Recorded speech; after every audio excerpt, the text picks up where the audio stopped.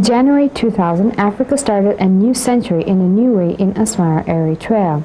It was called Against All Odds, African Languages and Literatures into the 21st Century.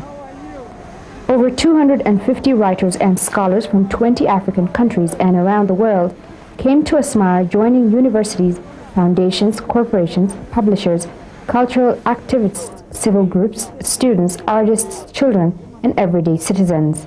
They converged for a week-long conference at the crossroads of centuries and a crossroads of cultures to promote the continued growth and development of African languages and literatures into the 21st century, embracing people everywhere who use languages and literatures to embody their dreams for a better world. This unique cultural coalition created an historic intervention like the first Pan-African Congress in 1900. A pre-Asmara and post-Asmara distinction for African development has emerged. Against All Odds laid the groundwork for the empowerment of African languages as never before, offering them as the simplest, fairest, most democratic, economic, and achievable way to improve African lives and livelihood through the application of knowledge, education, science, and technology. By voice vote, the gathering ratified the Asmara Declaration on African Languages and Literatures. Since then, it has been flying around Africa and the world and translated into many languages. What began as a conference has become a movement. This is the story of how the people, all the people, began it in their own words.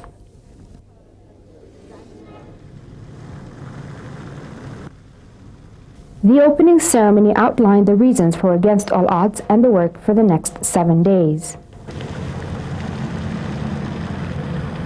The conception and development of the August conference, Against All Odds, was inspired by the visionary language and educational policies of Eritrea.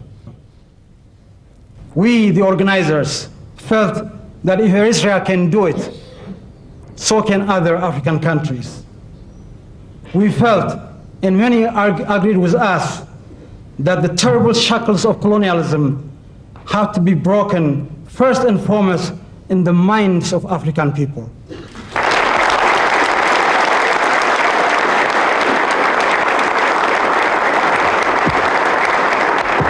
አፍሪካውያን ምሁራት አውራኻ ናይ ቋንቋ ተመራመርቲ አገልግሎት ቋንቋታት ብግቡእ ንምርዳእ African intellectuals, and in particular linguistic researchers, have great responsibility in this millennium to better understand the uses of languages, thereby to expand and deepen African languages by adding beauty to the cultural diversity in order to enhance the development of our continent. When I say this, it is to underline the importance of this conference.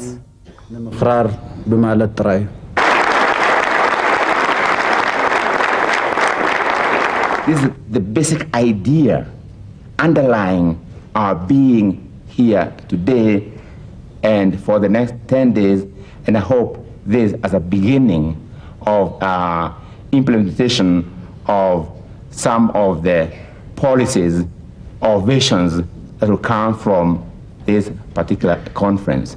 And usually we say in Egypt, they are globalizing, the neo-colonial powers are globalizing from above, and we are globalizing from below.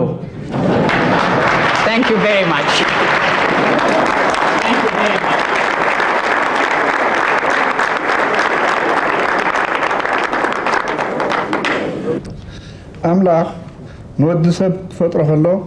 One of the gifts God gave to humankind is language.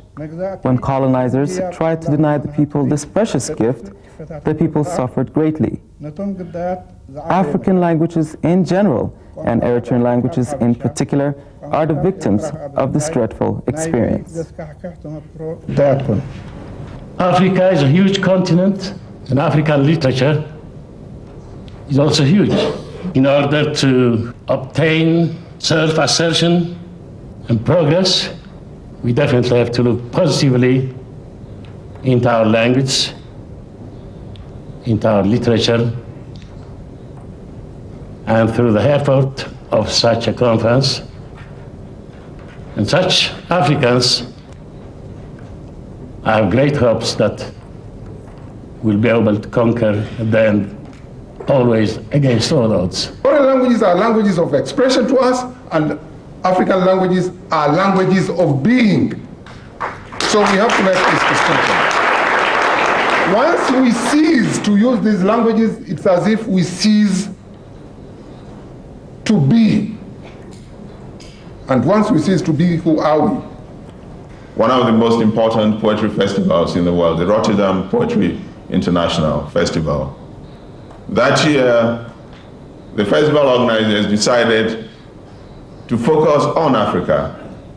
And so many of us, the majority of poets invited, were from Africa. We left there fairly embarrassed. Why? Because all our colleagues from all over the world kept asking us one question. And this was the background to the question. There were over 20 African poets. I believe there were almost 30. When any other poet was called upon, the Swedish poet was called upon, naturally he or she presented her poetry in Swedish. Our Chinese colleague was called upon, naturally he presented his poetry in Chinese. And it went around the world until it came round to Africa. Our colleague from South Africa was called upon. He presented his poetry in English. Our colleague from Senegal was called upon. He presented his poetry in French. With a singular exception of our brother here, Abdulatif Abdullah, who made a very powerful presentation in Kiswahili. It would appear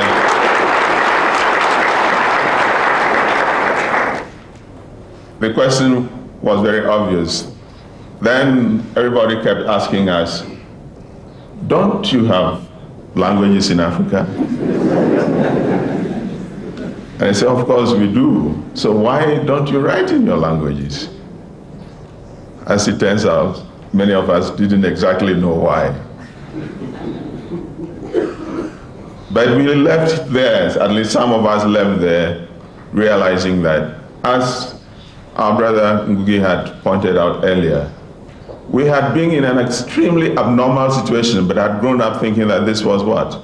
Absolutely normal. For me, this is a great day, both as an African and as a writer. It is certainly one of the happiest days of my life.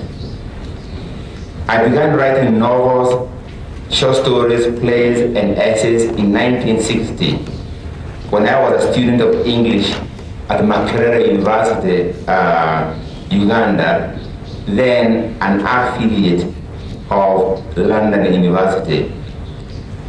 So you can easily calculate and see that I have been writing for the last 40 years or so. From 1960 to 1977, I wrote in English, even though all the books were mostly about Kenya and Kenyan people. But from 1977 up to the present, I've written my novels, short stories, plays, and books for children in Gikuyu language, one of more than 30 languages in Kenya. So half of my 40-year writing life was taken up with English and the other half by Gikuyu language.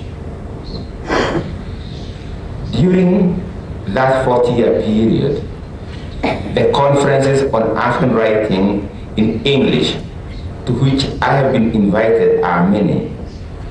And even the ones which I've actually attended, starting from the famous one, starting with the famous 1962 Conference of Writers of English Express with Makerere, are countless. Now, in the same period of my writing career, except once in SOAS, London, I think 2 years ago, I've never been invited to or even heard about a conference called for the sole purpose of discussing literature in African languages. Since the 60s, in fact, or since the 60s of the last century, when African countries started getting their independence, European languages have become the ones setting the terms of the debate on the literature of the continent. In schools and colleges in Africa and abroad, the literature which is taught at the level of African literature is still the one mostly written in European languages. Trying to do more for our languages and in our languages. I've said it before, and I say it again, that we must do for our languages what all other intellectuals in history have done for theirs, by producing the best that can be written and thought in the world. And may this conference be the beginning of greater things to come for our languages, for Africa, for the world. Thank you. When we are talking of languages and we are talking of culture, I sometimes ask myself, despite the extreme importance of the subject, how can we defend our languages? How can we develop our languages? How can we build up publishing houses? How can we speak to the myriads of people who don't speak the important languages of the world, if our economic possibilities are being taken away from us more and more every day? A very concrete example of the problem of economics when related to the question of culture is that you write a book, you do research somehow, and it gets published. It is distributed in Europe, the United States, and in other richer parts of the world, but not in your own country. This book is sold for $25 in other parts of the world, and I don't think people in Eritrea or in other parts of Africa, for that matter, can afford to buy it. There is a place between Accra and the Legon Hills where they built the famous school. Everyone thinks of that today when the name Achimota is heard. Yet the new school takes the name of the place, but does not reveal what that name means. The name is Achimota. It is a forest still, beside the school, the roads, the railways, and the street-side markets.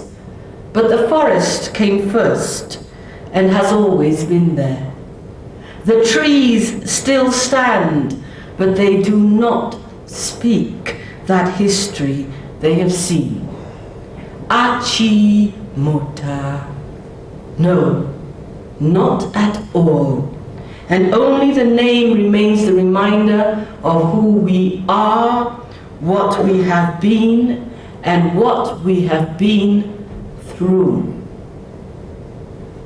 Sometimes it seems we are forgetting, but so long as there are people alive who remember, we will remember the meaning. For here we came, fleeing to a place of shelter, escaping the chains and the lash we would not submit to, and these trees hid us.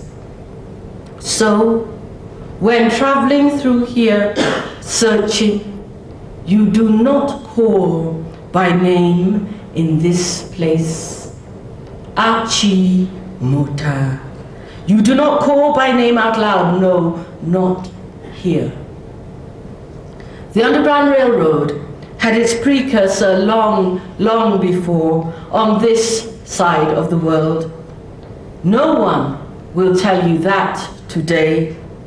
We too have been taught forgetting.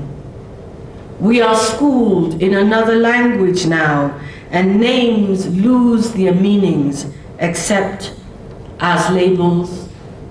We are being taught, forgetting, but some remember still Achimota and its history, a forest and its meaning, the place and its silence.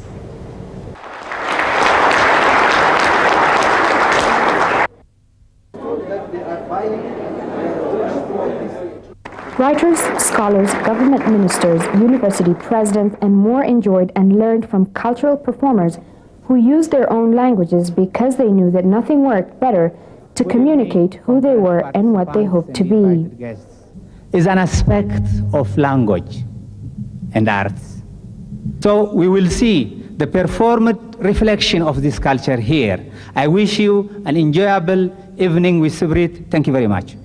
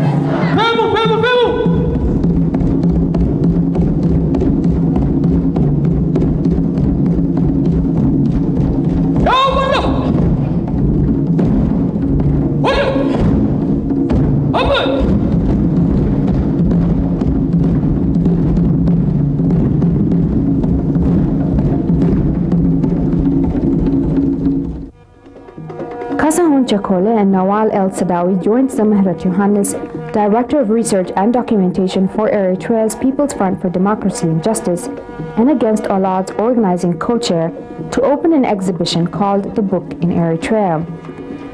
Presenting the development of writing in Eritrea, the exhibit stemmed from 3,000-year-old stills to colonial Italian newspapers published in Asmara to memograph machines that pumped out translations into Tigrinya of Gorky and told story in the battlefields during Eritrea's 30-year war for independence. Zamahrat Yohannes explained to Charles Cantalupo, writer and scholar from the United States and Against All Odds organizing co-chair, how books were published in the field and taught during the war. They case an ink on this. In 1988, I was assigned to report for an EPLF magazine on the course and outcome of one of the great battles of the revolution, the battle for the capture of Abed. It was a tremendous battle. It was very fast. It was all-encompassing, and the aim of the EPLF was accomplished within the set time, 48 hours. I was there. I could follow what was happening. I didn't understand how they did it. They were my own comrades. I was there with them, and everything happened so fast. I was trying to jot down notes, and then something happened.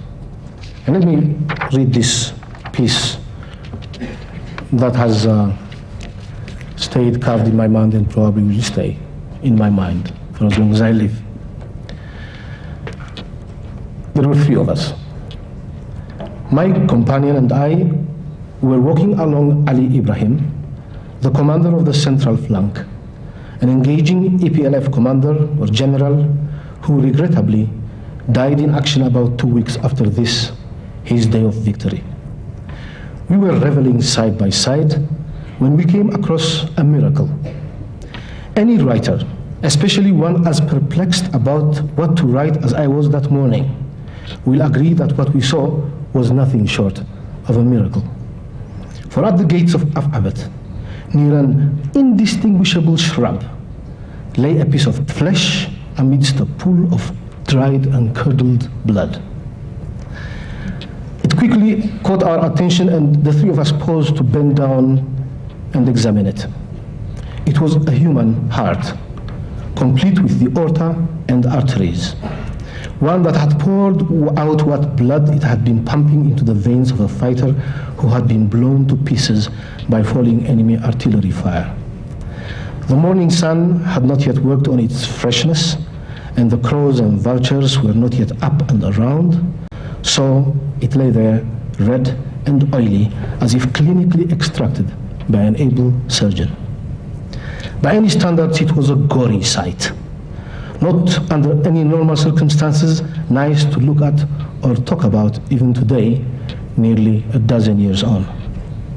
But at Af-Abat, in one of the culminating moments of Eritrea's long struggle for its self-determination and independence, that ugly product and specimen of unwanted and unnecessary violence was an expression of something deep, something profound.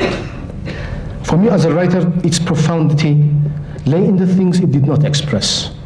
Separated as it was from the body it had been given life to, it was not attributable to any particular name or face.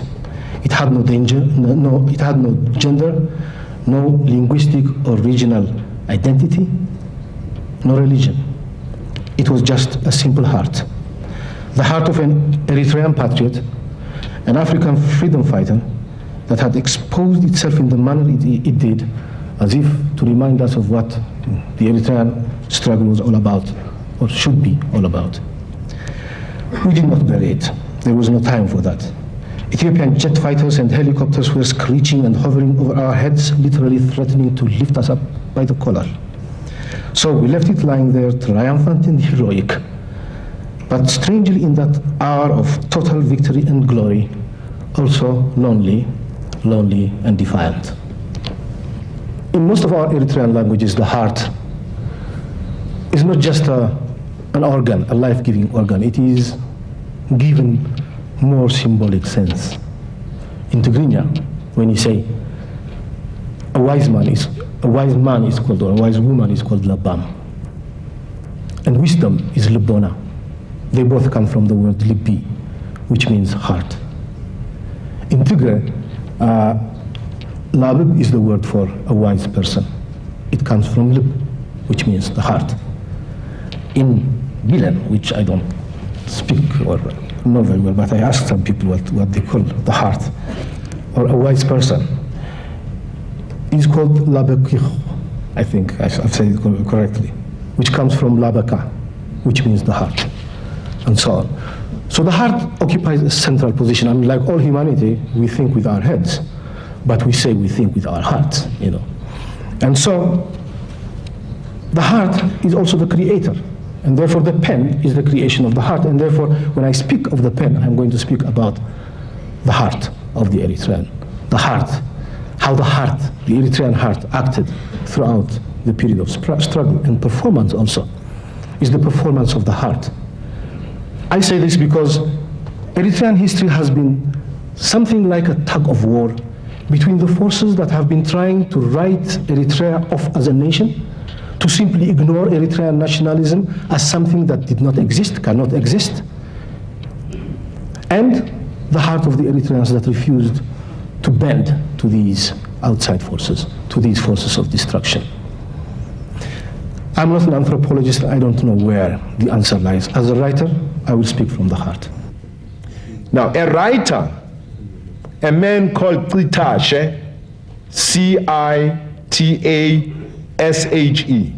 Critachet, who was associated with IMVO from its inception, published a very, very famous poem in the 1890s. The poem in Xhosa was entitled Zemkinkomo Magwalandini, loosely translated, "Your cattle are gone, my countrymen." Now, you all know in so many African contexts what cattle mean in a material as well as in a spiritual sense.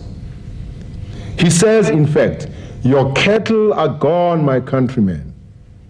Repair not, don't go anymore," he says, "to Ho. Ho was a very stable and very venerated place in Africa where people used to fight. But he says, don't go there. Instead, take the pen, for that is your spear." A gun or a pen in the armed struggle in Eritrea. Posing such a question for me is like asking me to choose between my mother and my father, who has equally contributed to my life and who are dear to my life. When we say armed struggle, I would like to interpret the concept of armed struggle like this. Armed struggle doesn't mean a gun struggle or a struggle with gun. It is get armed to struggle in order to achieve your ABC, your goal. Armed with what? You can be armed with a gun, you can be armed with a pen, you can be armed with an idea, you can be armed with a notion of social justice, you can be armed with commitment, you can be armed with steadfastness, whatever. Any element that could contribute to your success of the national liberation movement. Against All Odds included a production of the famous play by Ngugi wa Thiong'o, I Will Marry When I Want. He wrote it in Gikuyu, but the Against All Odds production presented the play for the first time in Tigrinya, translated by the Eritrean author Alan Sagat Tesfaye. In the elegant surroundings of the Cinema Asmara Theatre, Gikuyu and Tigrinya communicated directly, heart to heart, and everyone who uses languages and literatures to embody their dreams of a better world understood.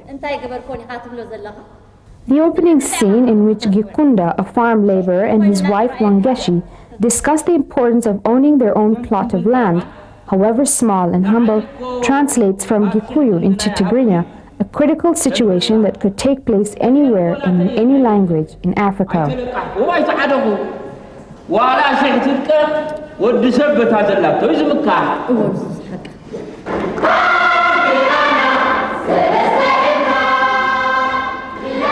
The Tigrinya chorus of celebration at victory and independence waves Kenyan flags and spills into the audience. The flags and the languages are interchangeable as they signify freedom spilling over Africa and the world.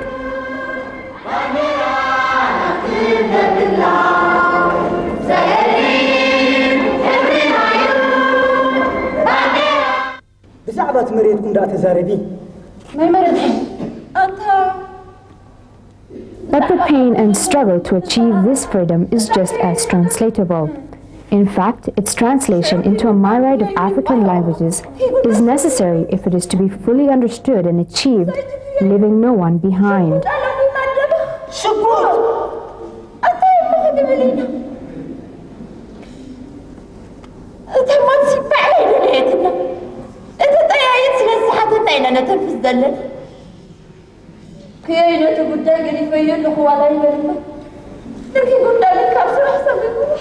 Why?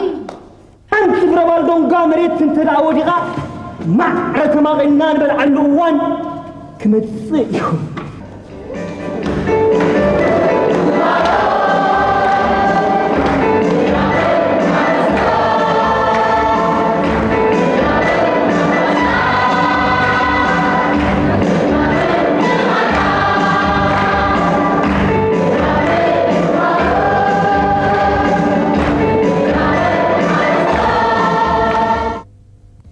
We all have brains.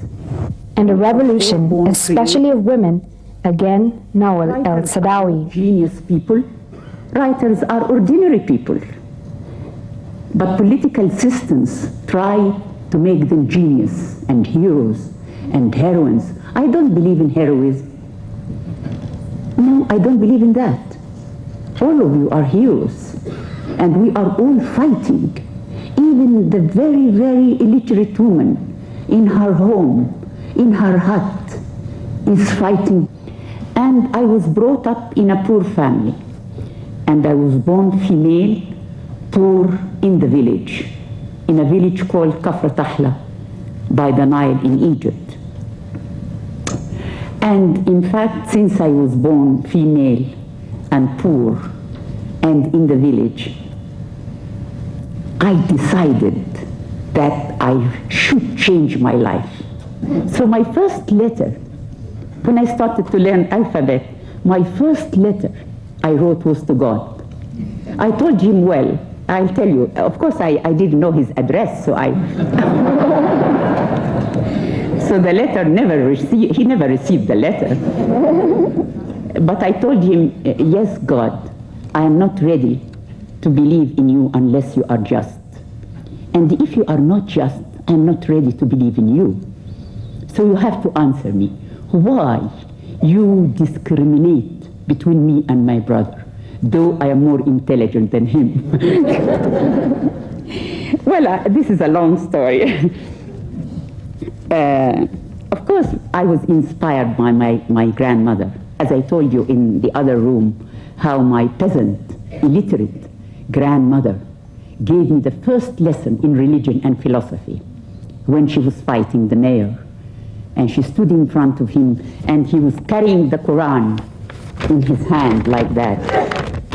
And he told her, you ignorant, illiterate woman, you go home and be veiled, because that's what the Quran said, that's what God said. And my grandmother, a poor woman with no shoes, and I was 5 years of age, and she was holding my hand. I never forget that. And she told him, I know God more than you. Because God is not a book. God is justice, and He's here, or she's here. I hear God here inside me. So God is justice. And in Arabic, she said, I still hear her voice. Though now this was almost 60 years ago. Her voice in my ear. She said, ربنا هو العدل عرفوه بالعقل. Means God is justice, and we know God by our heart. So in fact, I am really, really serious about that, because we are killed in the name of God. My name was put on the death list because of God. They said I am against Islam. I was not against Islam, because my father graduated from Al-Azhar, from the highest institute of Islam in Egypt, and he taught me what's Islam, and my brother taught me what's Islam. Islam, like Christianity, like Judaism, like Buddhism, like all religions, like all human religions, based on 3 human principles: justice, freedom, and love. And if any religion contradicts with justice, freedom, and love, I'm not ready to believe in it. That's very important.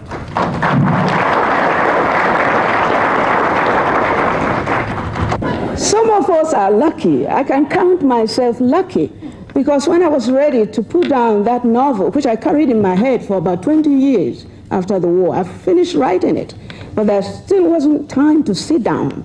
And I said to my husband, I want to write this. We're gone home to Nigeria to work. So he went to town that day and bought a very big excise book. And he scribed on that book, to my wife, for our first novel. To me, I mean, that was a very uplifting gesture. And that was, more than the support I needed from him to show that I'm in it with you, and you can take time and, isolate yourself, and the house will continue functioning. That is what we want from most of our men. Hearing the call of African women to revolution, Tradition and positive change joined hands to dance in the joyous circle of the Eritrean Gwaila. If the politicians abandon the people and develop themselves rather than develop the whole country, writers cannot afford to abandon the people. But when we write in whatever language, these writings don't get to the people, and so there are no ways of mobilizing them. We need, therefore, to use all this mass media, the radio, the television, cinema, video films. So my advice to fellow writers is that we have a responsibility to resuscitate, reanimate our culture. No one else will do it for us. Sometimes when people ask me, why did you choose to write in Kiswahili? Or why did you choose Kiswahili language? My short answer has always been that no, I didn't choose Kiswahili. Kiswahili chose me, because I was born in it and grew up in it, and I didn't see any reason why I should change into another language. Homecoming, a return to our language. The last century of the millennium we have just closed has been one of unparalleled trials and tribulations for African languages. The century witnessed the oppression and domination of our languages by those who colonized our societies and created a system of hegemony which has proved deeply intractable. It also witnessed the struggle for our language to survive and overcome the oppression and marginalization which had become their lot under colonialism. The struggle for the survival of our languages commenced against all odds. In responding to these two lectures, I just want to warn us, especially the intellectuals, that the task that we have is a very intimidating one. You see, as we go on talking about going back to our culture, learning our languages, you can see that it is becoming increasingly very difficult to be original. We keep to be repeating ourselves. In other words, our problems are clearly stated by now.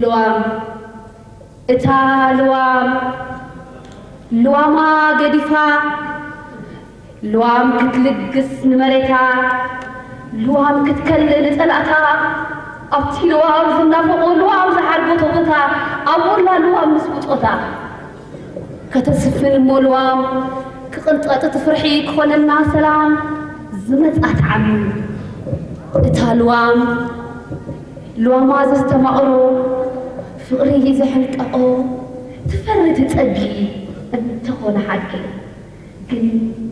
قن ولا داخل تسقبو حزب الحقفو لحمك أقيقي تودعو أي قبل الله لنفسها تحراسا بسا تملس دفاع ولا دا دفاع إنها فتانا يجب أن نتولي دخام تميت بسوأتي ووقاتي نهي حلفا منتي أبتي بخل همت حمالا استقادم ووطر درت أبتي تنفاسي بزبزب أتواتنا بلت بطد بولو خوي لخارتو بحري معرب جوتا تمرش بنهاري أبتي قعزو أتيك عزوم تمرش نير الوام تمرش على الوام كتمرش يا الوام.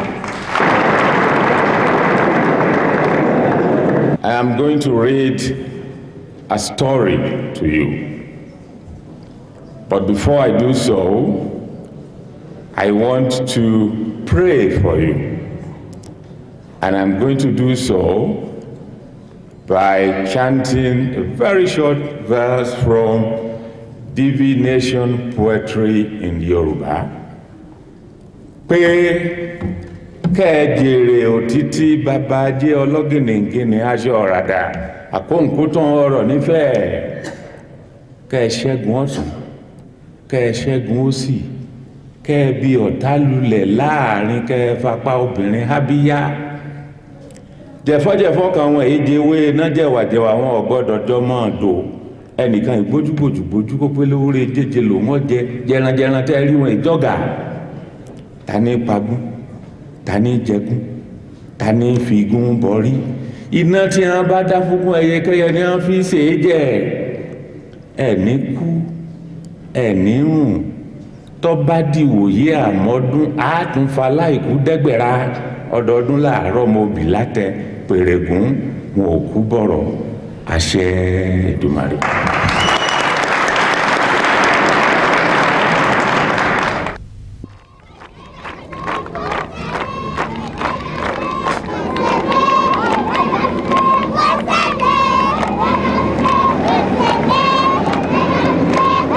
Against all odds, sixth day, the entire gathering moved out of Asmara, 65 kilometers southeast to a place near the town of Seganeti. Busloads and cars of Against All Odds participants, citizens and students from Asmara traveled to an event called Orature in the Valley of the Sycamores, the Big Conversation, held under a huge sycamore tree.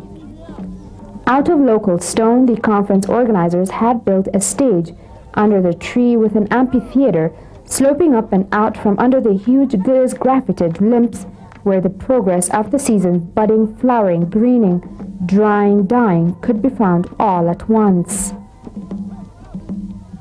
Villages throughout the region had emptied to attend the event, and lining the road for the last mile before the site, thousands of palm branch waving Eritrean children and students and ululating women greeted their visitors as honored guests waved placards saying we love African languages in Tigrinya and English.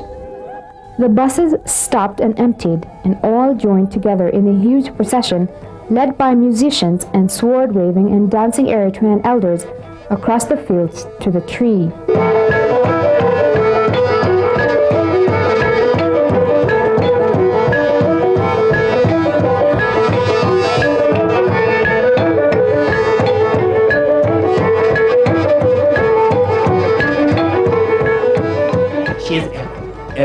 Very known oral poet.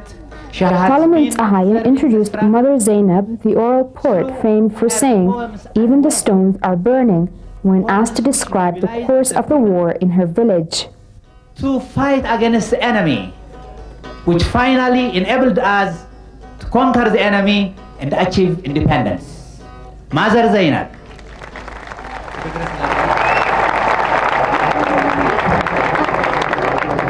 حميناكم كويسين إذا ليكم لجريت حرب حدود ويحالف لما آمرت ويهلت شباب كرين منفس رديت وروتي حدي أنا لنا في الشق أودي ببصرة التولادي قوكو دياشي لنفس سبلة والجماهيري قوكو طاولة تبقى افترة سياسة لحنقلية إلتريا وحرارة وحفانة لك بجسدات راي وابشالة أنا برسد النمروتني بالعبارة عوتاد الرحيب قبي ودحان وقل كل انصار. Everyone broke and shared traditional Eritrean bread, baked especially for the occasion.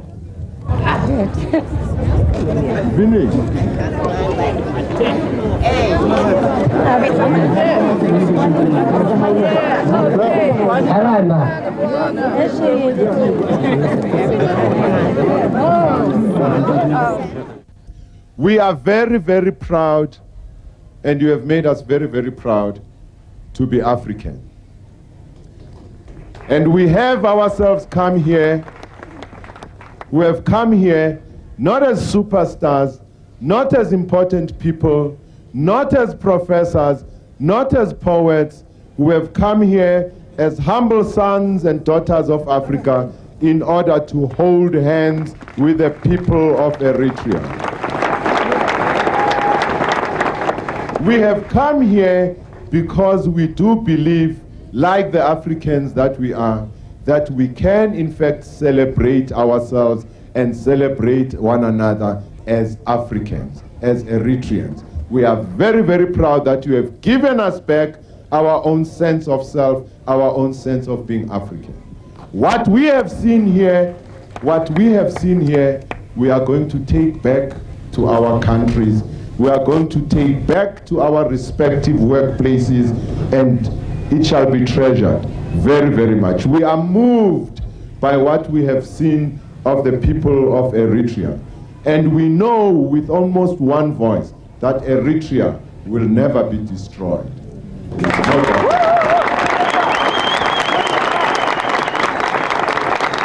We come, therefore, wishing for Eritrea, wishing for its sons and daughters, wishing for its daughters and mothers, wishing for its mothers and fathers. Two things: peace and prosperity. Amanda! Amanda! Amanda!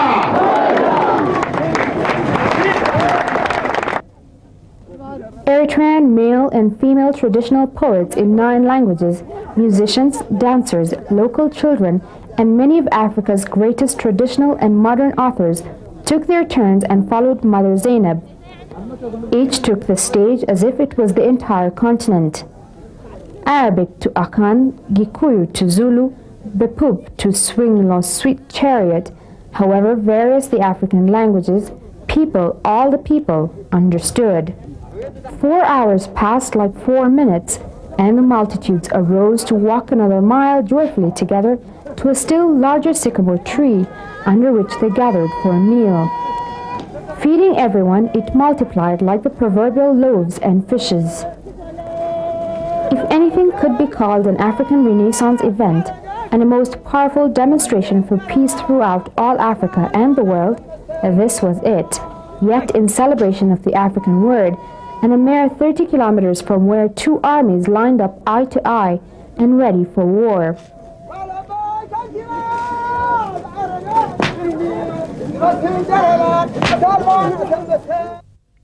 Against All Odds, in a way, is really no longer a conference and a festival.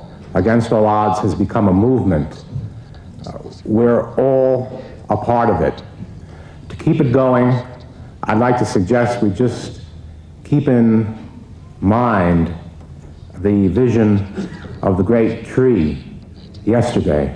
I thank Ngugi, I thank Mbelelo, I thank the other preceding chairs who are not here for their guidance, for their encouragement, for their support.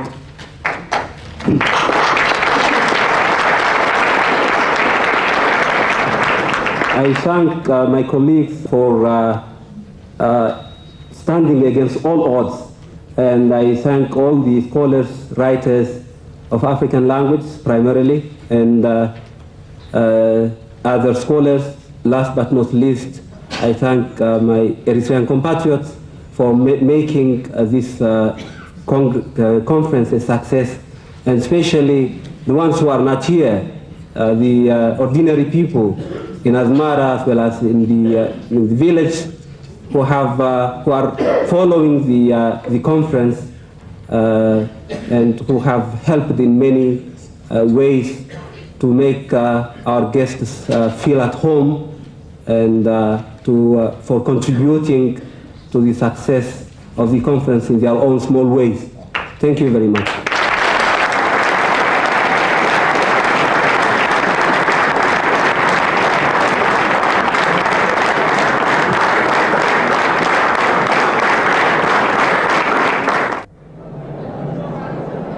On the conference's last night, yet the movement's first night, thousands packed Asmara City Hall.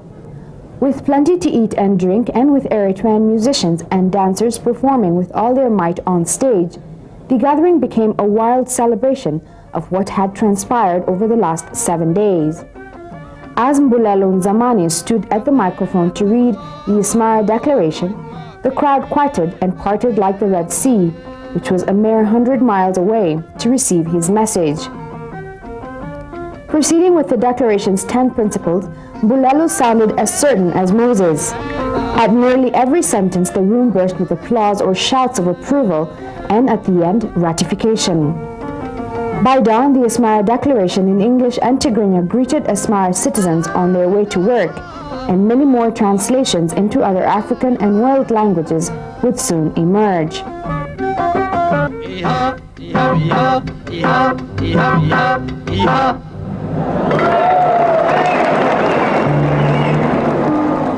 I shall begin by reading our preamble and proceeding to the 10 points that we put together in summary of your recommendations this afternoon. And the declaration reads as follows. At this historic conference, we writers and scholars from all regions of Africa gathered in Asmara, Eritrea from January 11 to 17, 2000, in a conference titled Against All Odds, African Languages and Literatures into the 21st Century. This is the first conference on African languages and literatures ever to be held on African soil, with participants from East, West, North, Southern Africa, from the diaspora, and by writers and scholars from around the world.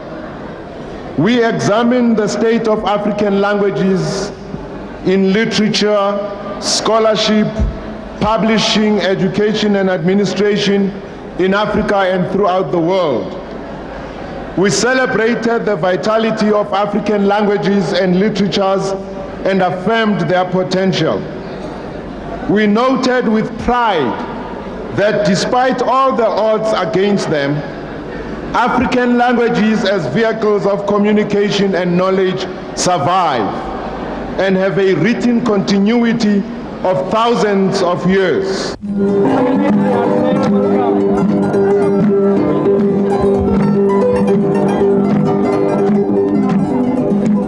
What began as a conference has become a movement. In the spirit of Against All Odds, this movement has taken the name Bua, meaning speak out in the Sotho languages that are spoken in Botswana, Lesotho, Namibia, South Africa, and Zambia. The name Bua signifies that African languages and literatures exist against all odds no more. They thrive as never before, yet with a long way to go before they're truly heard in all their splendor. Bua, they speak out in their own name. Bua, let every African language in their own words, for Bua speak out the same and be heard. Bua, Bua, Bua, Bua.